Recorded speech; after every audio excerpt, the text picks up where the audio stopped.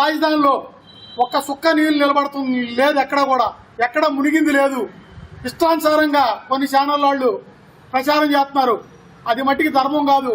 మన ఆంధ్ర రాష్ట్ర పౌరుడిగా రాజధాని నా సొంత రాజధాని, ఇది నా రాజధాని మునిగిందంటే ఏ ఛానల్ అయినా సరే వాళ్ళ మీద క్రిమినల్ కేసులు పెట్టి చర్యలు తీసుకోవడం జరుగుద్ది. ముఖ్యంగా కేఎస్ ప్రసాద్ అనే అతను ఇష్టం వచ్చినట్టుగా ప్రచారం చేస్తున్నాడు. క్రిమినల్ కేసులు పడితే చాలా జాగ్రత్తగా ఉండండి. రాజధాని వాసులుగా కాదు, ఆంధ్ర రాష్ట్ర పౌరుడిగా హెచ్చరిస్తున్నాం. ఏ ఛానల్ అయినా సరే ఇష్టం వచ్చినట్టుగా ప్రచారాలు మునిగిందనే వాళ్ళు ఎవరైనా సరే వచ్చి చూడండి. రాజధానిలో ఎక్కడా మునగలేదు. విజయవాడ కృష్ణానది ఆనుకోని ఉత్తరం వైపున అటువంటి విజయవాడలో బహుళ అంతస్తుల బిల్డింగ్లు ఎన్నో ఉన్నాయి.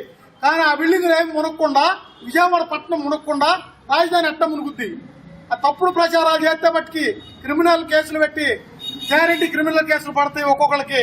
ఎటువంటి పరిస్థితుల్లో కూడా రాజధాని మునిగిందనే వాళ్ళు ఎవరు ఉంటే ఈ ప్రాంతానికి వచ్చి చూడండి.